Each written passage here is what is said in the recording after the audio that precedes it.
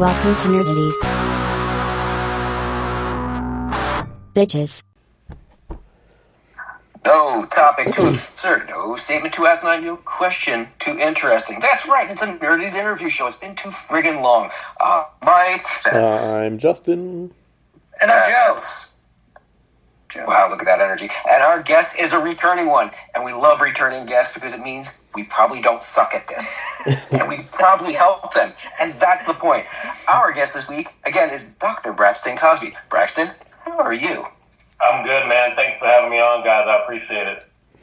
Could you please, in however much time it takes, give us a breakdown of the news story, Yasuke? Oh, you know what? I wanted to get Joe to say the name of the book. Please, Joe, say the name of the book for us. Yasuke. Was that accurate? I think however somebody says it is fine, because I say Yasuke. It depends on how you... I was on a show where there was an Asian host, and she was like, Yasuke. I mean, it almost went like one syllable. I was like, oh, is that how I'm supposed to say it? So I don't know how it's supposed to be said, so it's all gravy to me. It's a reprieve, Joe. You gotta wait. See, I said Yasuke yesterday. Yeah. I try not to go full like stereotype voice when I read Japanese names and stuff because I could absolutely but that sounds not cool. So it is the story of the first black samurai, and I'm looking at questions there because I got a handful about it. But please break it down a bit for us. Yeah, so this story was interesting because I was just kind of scrolling the internet one day, and I wasn't even thinking about the next project I was going to write, but I saw this image of this black guy in the samurai garb, and I'm like, man, that's interesting. I thought it was just a little image, so I kept it moving. And I'm a huge fan of Asian culture. Love the food, love the world, the dialect, everything that is about Asian. I'm just a fan of it. And I love the anime, the manga stuff. Back in my day, they had a thing on TV every Sunday at 7 o'clock. It was called Samurai Sunday, and they'd have these great Japanese fighting shows, where people would like get hit 1,000 times and never die, those types of things. And so I was a huge fan of all of it, and so loved playing Shenmue as a kid on the Sega systems and things like that. So I kept scrolling, and another day came up, and now we got the algorithm, so he's popping up all the time. And I saw another image where it was him and an Asian woman and then a child, and I'm like, okay, I got to do some research. What's going on, And then before you know it, I just kind of unraveled this story about this real historical figure who was the first black samurai named Yasuke. And so I started digging more, and as much as I found, I actually had more questions that needed to be answered. So I said, man, this would be really, really cool to jump into historical fiction, because I had not written historical fiction at all at this time, and I was like, this is a great avenue for me to do it in a story that I would really, really can get behind if we can make it really cool. So I ended up taking all this information about the world of feudal Japan at that time, and I'm talking about the commerce, the agriculture, the weather systems, the geographical layout, all the hierarchies of people in power, from the emperor to the shogunate to the lords and things like that. So I wanted to get all of that, the armies, the wars, everything. And then now all I had to do was try to find a time and place of where Yasuke fit in, and then write a fictional narrative that connected him to all these things. So I had this nice story to put together. And so, that was pretty much what I did with it. I'm really, really proud of it. I feel like it came out great. And, so it just came out in February, celebrating Black History Month with something like this. It's just really been a huge honor to me, and a tribute to a person in the past who I really didn't know much about, but I sure do now. So cool. Like, I love that. Sorry. I love just the gathering of the all the historical element. I love that. Yeah. That's a road I wanted to go down too, because like jumping into a fresh topic that like you're only peripherally interested in, but now you have to write something and you want to write it with commitment and stuff. Do you like doing that kind of homework, or is it kind of a necessity of the beast?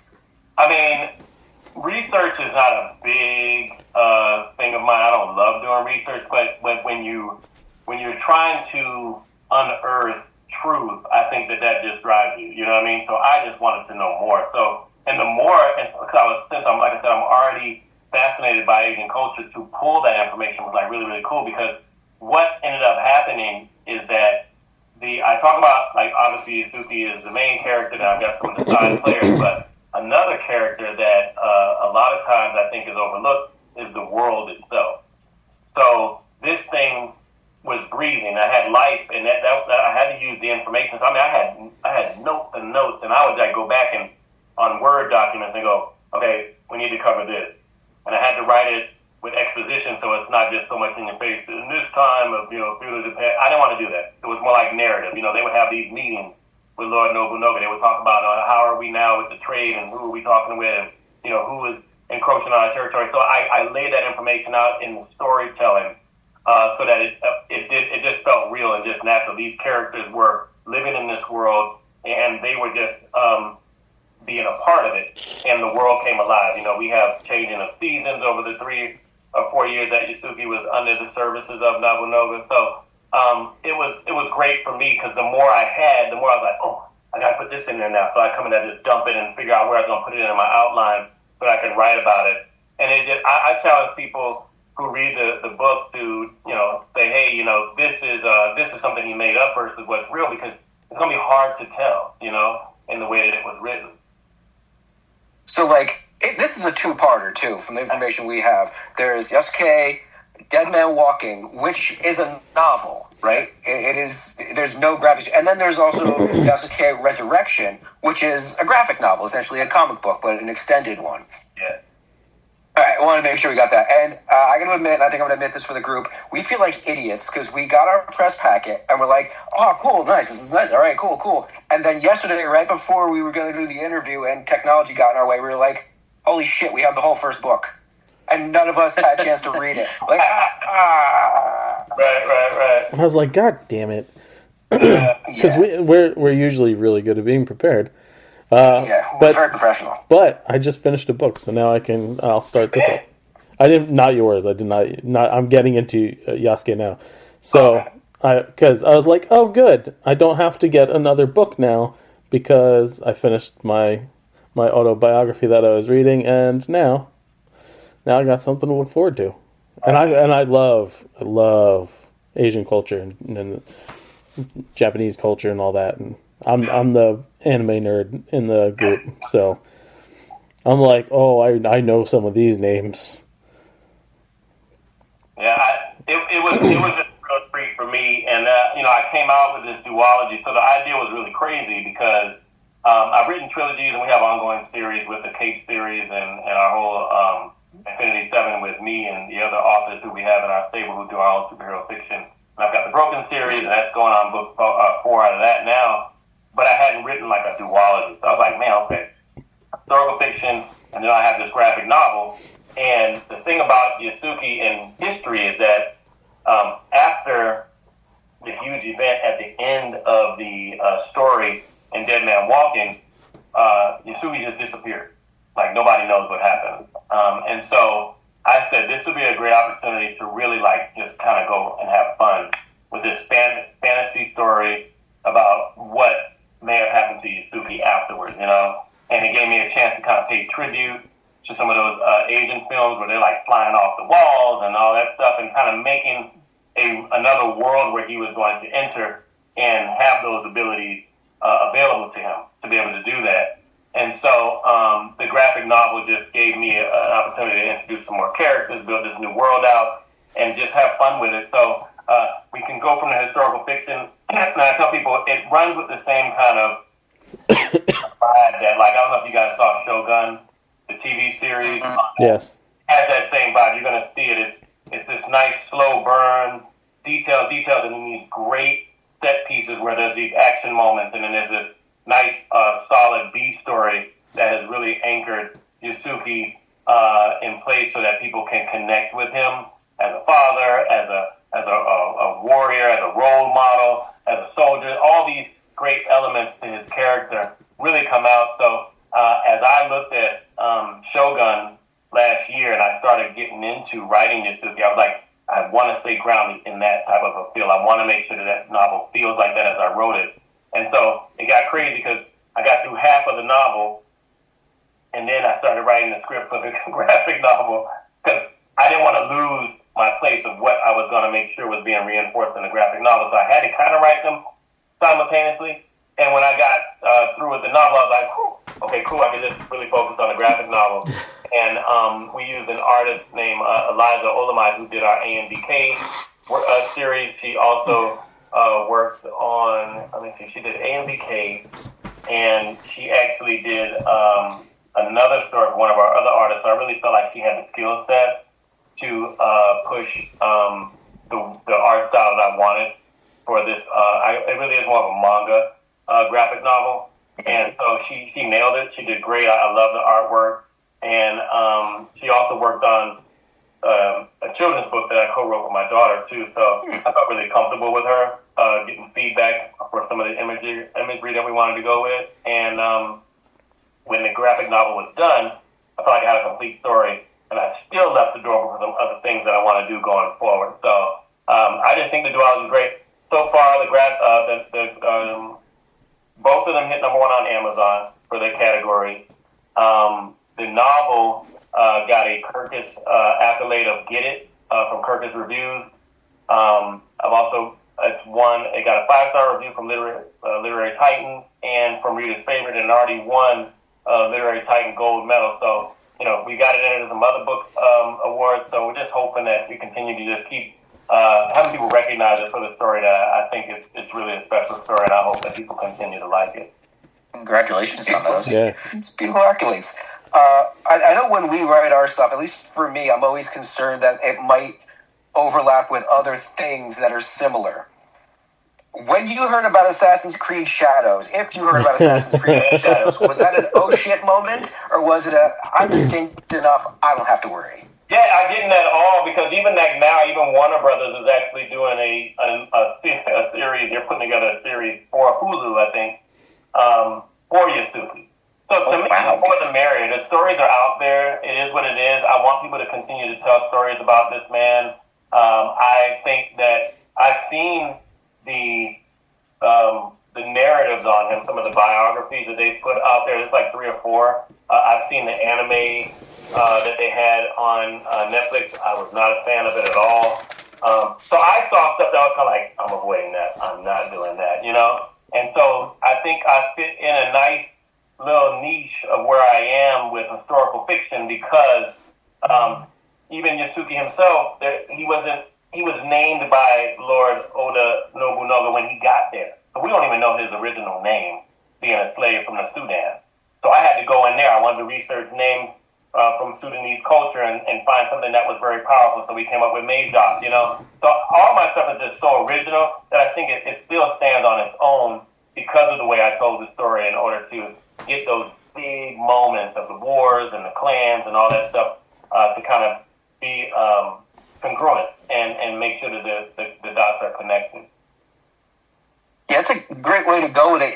It's a great opportunity, too. A character that kind of just obviously doesn't pop into the world fully formed. He has a history, but he's a mystery to everyone. So it gives you an opportunity to build his past. And I think that would be one of the most fun things to do. If I was going to write a story like that, that's probably where I would focus most of my time. And then the ending would be, here's the history But because you wanted to focus on that, what actually we know happened. The backstory seems like to just more to flesh him out, to give him bones. Yeah, what I did in the beginning of the book is kind of interesting. As a writer, you write an outline and you start going down a path, and it seems like it's working for you, so you stay there, and you're almost you have a little bit of trepidation, like going, well, "It's gonna work," but you won't know until you're done, until you're finished writing it, right? So I started writing the first chapter of Yasuke's story. And I really felt like the themes in this, I had a couple that were running parallel, was the fish out of water story, which is Suki and in feudal Japan knowing nothing about the culture.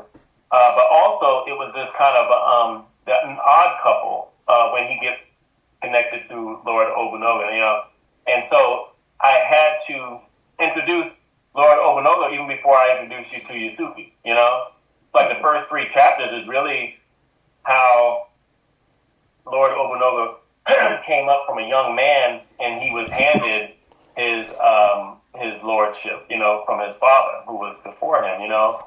But I wanted to have a nice story that people can really connect to with how he started out and where he ended up, you know. So I wanted to highlight that, and then we kind of trickle into, so now we're actually getting into what's going on with Yasuke, you know. And so his ascension of being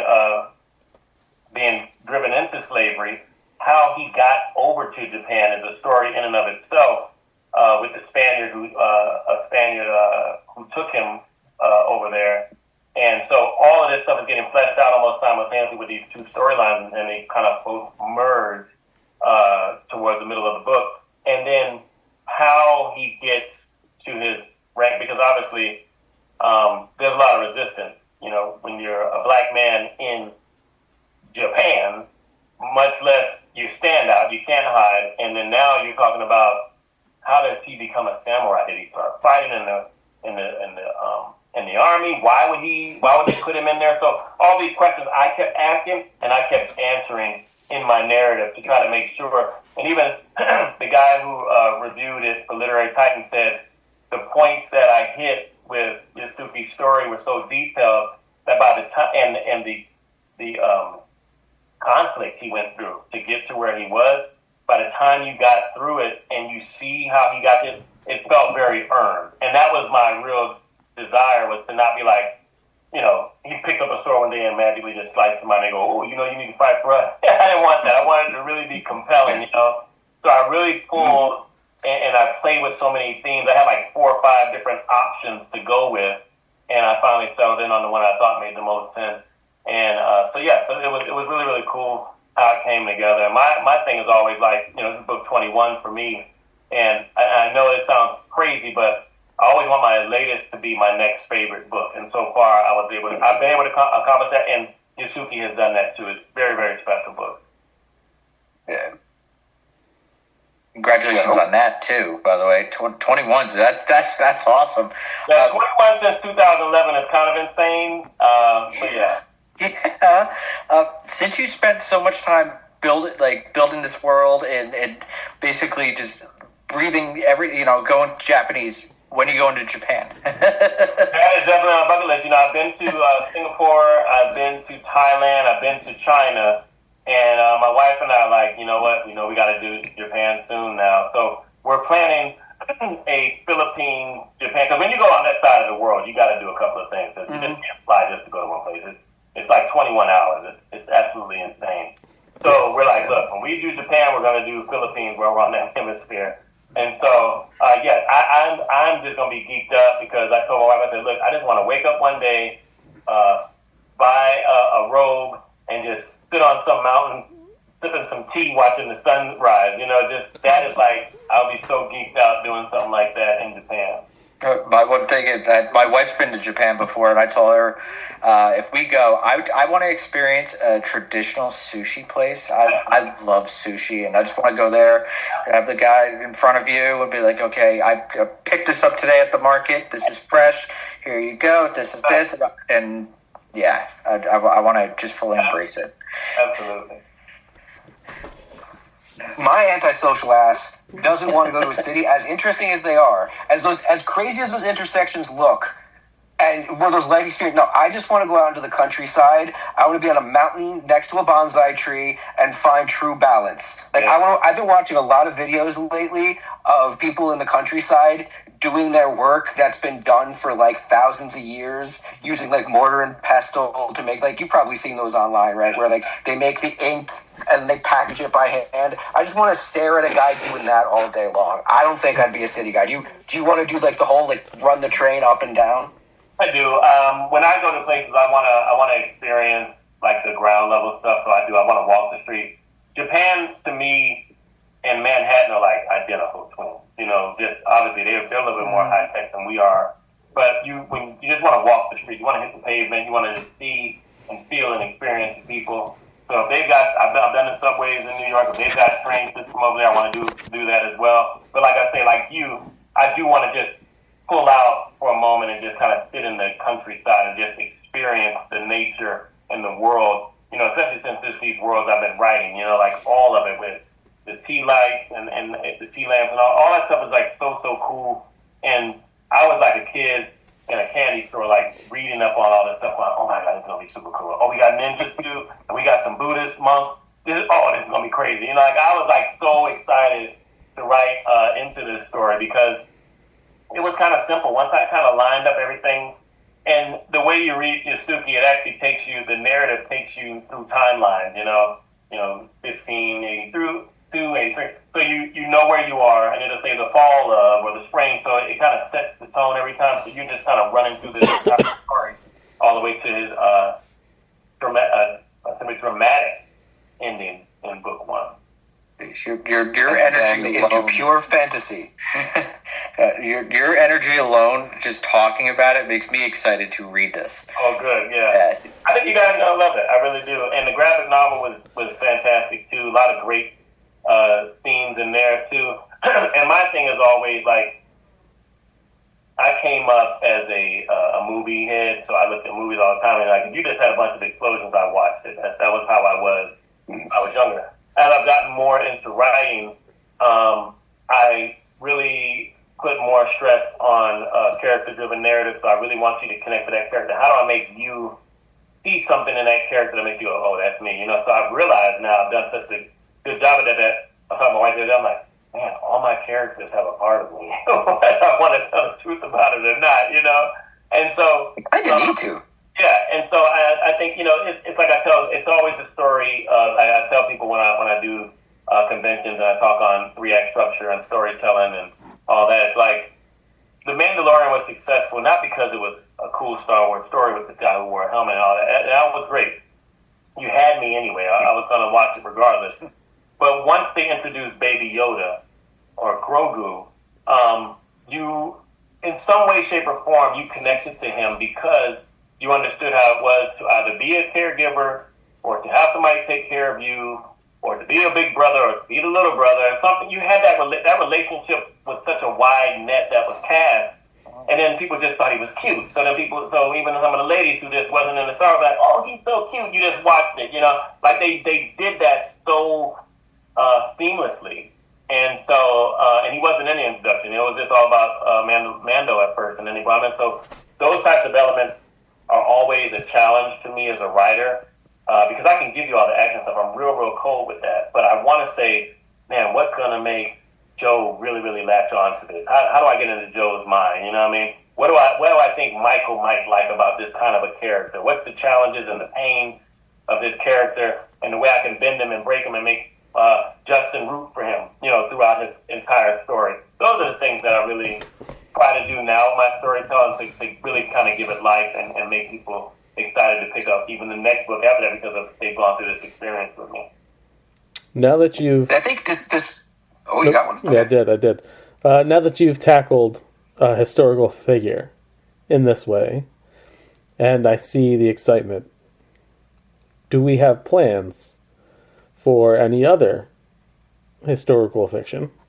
Man, you know what? That's a great question. I would have to find somebody, because, man, this one hits, like, so many levels for me. For sure. Because of my fascination with all of it, you know? I even had a chance to really dig into African culture a little bit deeper, too. So all of it was just so, you know, exhilarating. I would have to find somebody who's done something in history this cool, you know? I think because he was so mysterious and mythical to some levels that I was able to play around with it. Like, you know, I know there's some other stuff like you know, Harriet Tubman, vampire, demon slayer stuff. All that stuff is cool. Abraham Lincoln, vampire killer. All that stuff is really, really cool. You know, you take a little bit of a premise and you run with it and you make this great story. So I would have to find something fun like that. But I felt really good. I do know that, like I said, this isn't the end of Yasuke. When you guys read the graphic novel, you'll see how it kind of goes. So I'm going to just continue to play around in that world for a little bit. That's great.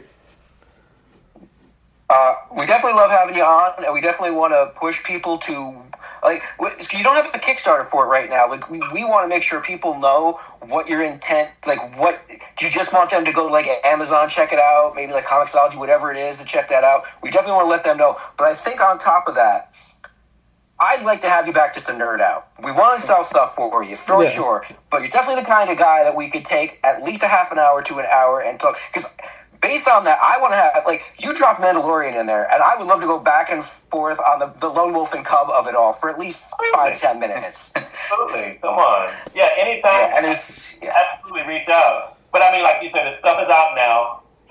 They can go to our website, www.cosbymediaproductions.com.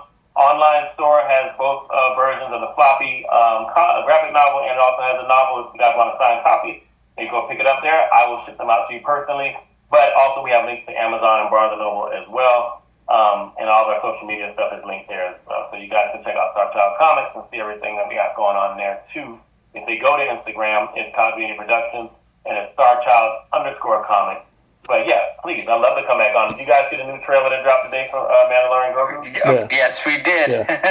Let me ask the question. Let me ask the most meaningful question. Michael, how many times did you look at the trailer? I was at my 9 to 5. Joe shared it to us. Yeah. The guy I work with, I just turned it on after we were doing something, pointed it at him, we watched it, and then I put these in and watched it myself. And I'm going to watch it again on my big TV. Yes. I am anytime I can live action Zebarelius is my deal. I want to see all those Rebels characters live action. After Ahsoka, I am 100% turgid. The only thing I am not happy with Star Wars was the Acolyte, and even that, it's not the worst thing in the world. No, it's Filoni though. He did all the animated stuff that was so amazing. You know, with Ahsoka and the Bad Batch is so underrated. He did Bad Batch, everyone should check out. Absolutely, for sure. And so all that stuff, even so emotional. All those seasons of Clone Wars, like they were so good, you know. And so when I found out that he is Lucas's Padawan, 100%. Right, when Kennedy was stepping down, and I heard that he took over, I'm like, man, we are so good with Star Wars.